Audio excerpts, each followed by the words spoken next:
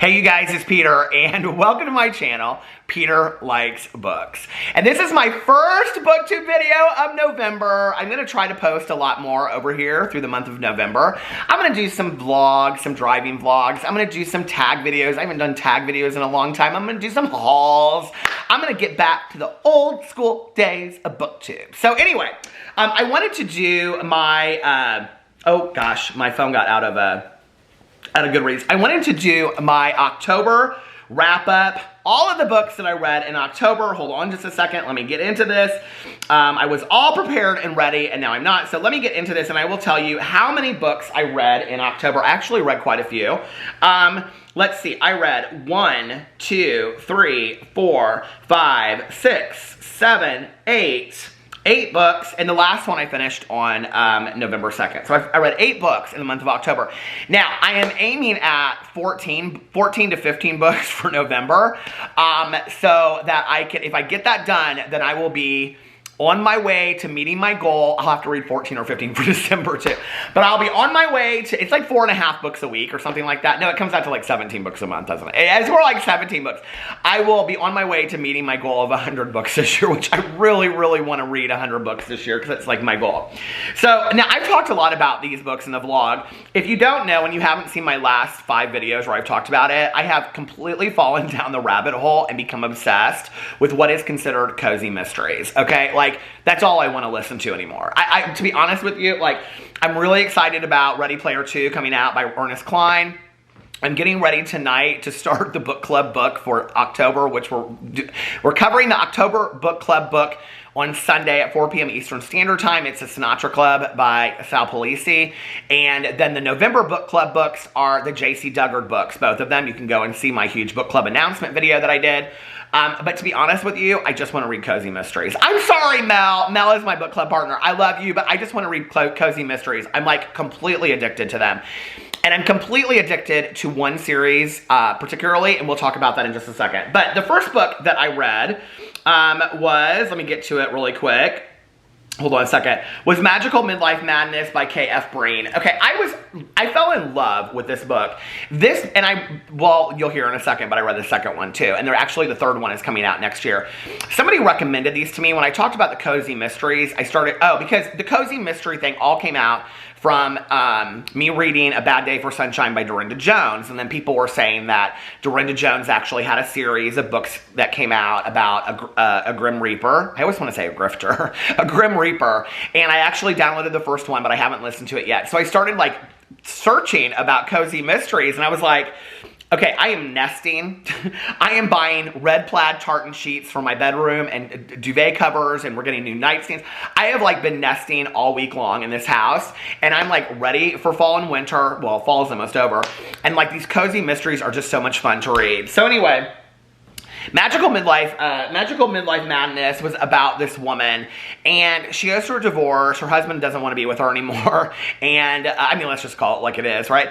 And her son goes off to college out east, but she doesn't say where. So she lives in like the Los Angeles area, and she's talking to her friend that she's known since she was a kid, and her friend's like, oh, well, my aunt has this amazing like castle manor out in the middle of nowhere in the Sierras of, I guess, Nevada.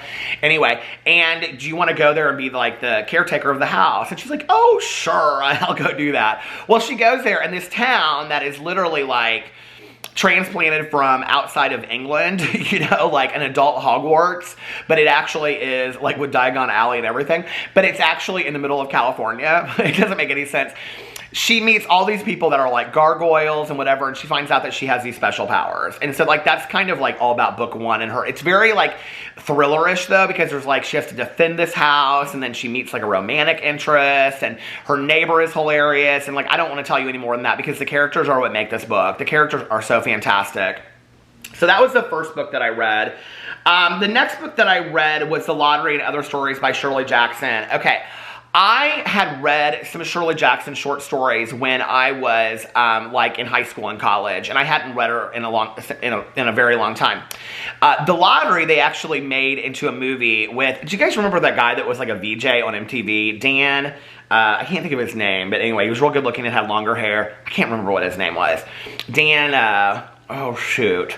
But anyway, he was in they made it into, I don't know how they made a 6-page story. And no, I don't know. It's longer than that.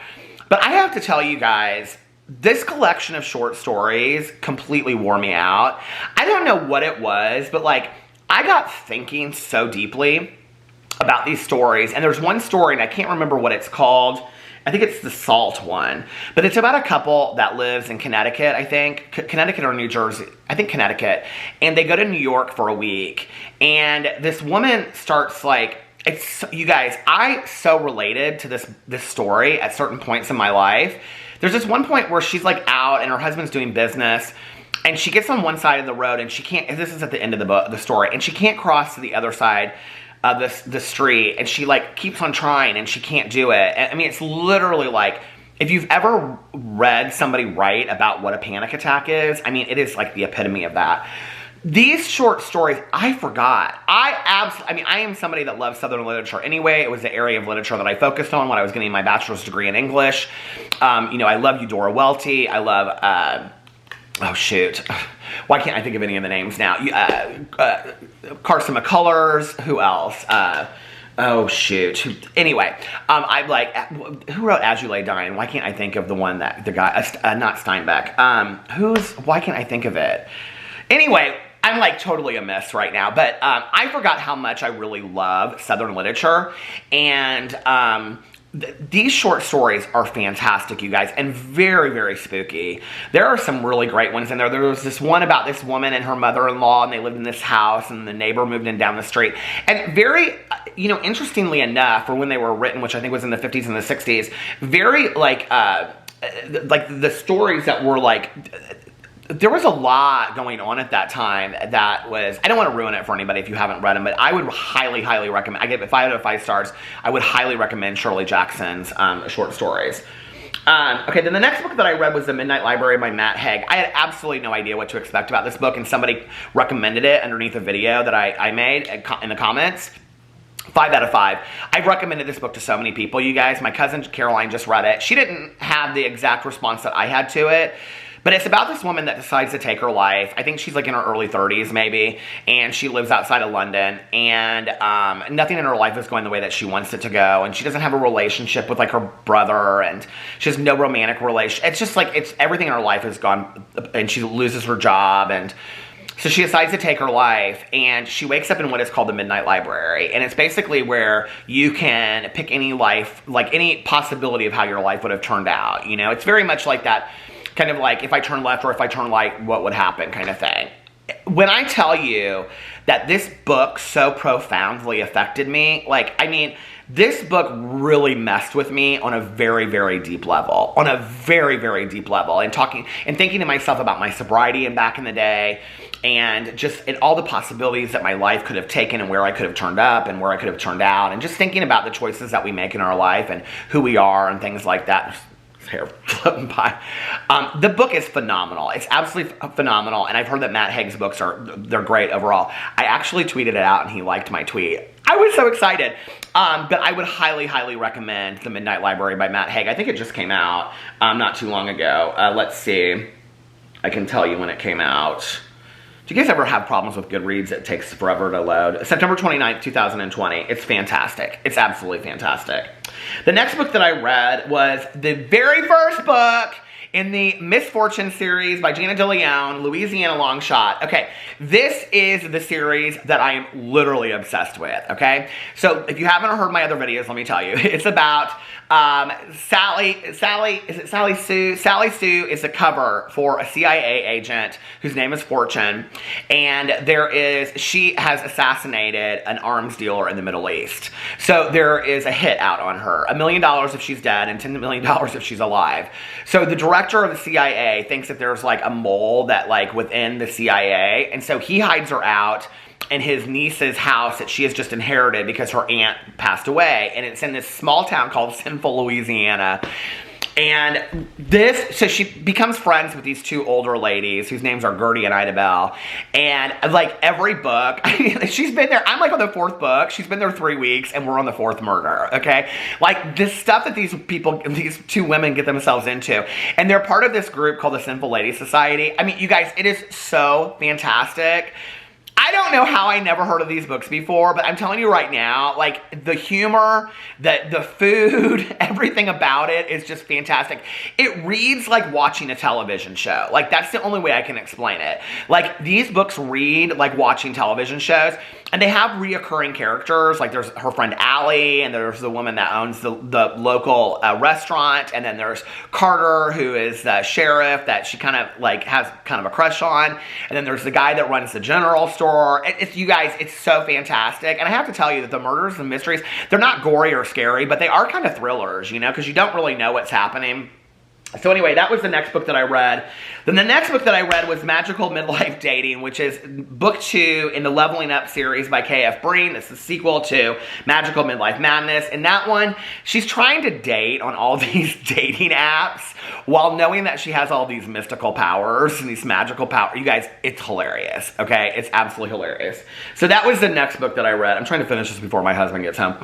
Then I read Lethal Bayou Beauty, which is the second book in the Jana de Leon series. And that is about this beauty pageant contest. She was like a beauty pageant winner. She comes home and she's very prissy, and she ends up getting murdered. And they think that the CIA agent is the one that murdered her because she's supposedly a beauty pageant contestant too. That's her cover, even though she's not, which is part of the funniness of it. So anyway, it's like this whole thing around all that. Then the next book that I read was Swamp Sniper. That's the Misfortune series number 3. Hold on a second. My husband is texting me. I'm texting him. Give me 2 minutes. Oh, shoot. Give me... It won't autocorrect. Give me 2 minutes. Okay, 3 minutes it said. Okay. Okay, where am I at? So the next book that I read was Swamp Sniper. It's the Misfortune Mystery number 3 by Jana de Leon. This one, they're all just mysteries. I don't want to ruin for you guys. Then the last book that I read for October was Death Overdue, The Haunted Library Mysteries by Alison Brooke. Now, and this is her pseudonym, supposedly. There's 4 books in this series. A couple people said they didn't really like it because they didn't like the main character, but I have to tell you, like, I really liked this book. So it's about this main character. Her name is Carrie Singleton, and she comes home to, like, I think it's called Chesterfield, Connecticut. They always take place in these small towns, these cozy mysteries. And she lives with her aunt and uncle, but she wants her own place. And so she starts working at the library, and then she gets offered this job. She's like 29, turning 30, because she has her birthday in the book 1. She wears like Doc Martens and has her hair colored different, but then she has to like change for the working at the library. So anyway, she gets this job as being the head of programs and events. And at her very first event, somebody is murdered, of course, right? And then she has this like supervisor that really doesn't want her to have the job, but her uncle is like this big guy in town, and he got her the job. And then there's another woman that works at the library, and she's like real bitter that she didn't get the job because her best friend is the supervisor of the head of the whole library, the director of the library. But wait, did I mention the fact that Carrie has a ghost? Yes, there's a ghost, and her name is Miss Evelyn, and she used to work at the library. And so she follows her around and tells her things about the library and tells her things that she's seen. And so it's her kind of like... And then she has also a friend that she like, you know, there's always like, in all these cozy mysteries, there's always like a lot of like food and coffee and wine and things like that, right? And she's always like, she makes macaroni and cheese and her friend comes over to town. And there's of course love interest. And she always is describing her clothes that she wears. You know, I wore like a chunky sweater with cute jeans and my brand new boots. And it's always like that. And I just eat it all up. I absolutely love it. So there's 3 more. I think the next one, this one is about, there was a Halloween party in it, but it really wasn't about Halloween. The next one, I think is a Christmas one. So I think we'll wait for a couple weeks for that one, maybe. I don't know. I'm really in the Christmas mood. But I am so, and then I'll tell you guys, for November, I read A Halloween Party by Agatha Christie. It was book number 39 in the Hercule Poirot series. And I loved it. It was fantastic. And it wasn't a cozy mystery, although some people consider Agatha Christie mysteries cozy mysteries. But I really liked it. I really, really liked it. And it was kind of scary at the end. Like, I really didn't know what was going to happen. It's about this girl.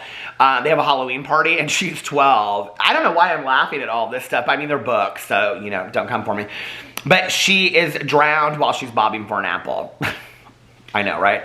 So anyway, but it's this whole like thing. He has to go in and find out like the background story because earlier in the night she supposedly said that back a couple years before that she had witnessed a murder. So it's like Hercule Poirot finding out like if, I don't know why, back in the day I used to watch all of the Agatha Christie movies and now I can't say Poirot to save my life. But anyway, he has to go in there and find out like the history and did she really witness this murder and who was the murderer and all this kind of stuff. Very interesting. It was really, really good. So those are the 9 books, but the 8 books that I read for October. And I was in a reading slump this summer, but I am out of it. I am out of my reading slump. So anyway, let me know what you guys read in the month of October and what you're reading now. I am currently reading book 4 in the Jana de Leon series, and that is called that is called Swamp Team 3. And when I am done with that, I'm going to read the book club book for October, and then I'm going to get back to my Cozy Mysteries. Like I said, if you want to join the book club, it's listed below. And our book for November is the JAYCEE DUGGARD. I think it's called A Lost Life is the first one. And then we're going to read the second one as an extra credit book. And I actually am going to read both of those. I've read the first one before, but I want to read the second one because it's like lessons she's learned since all of that happened.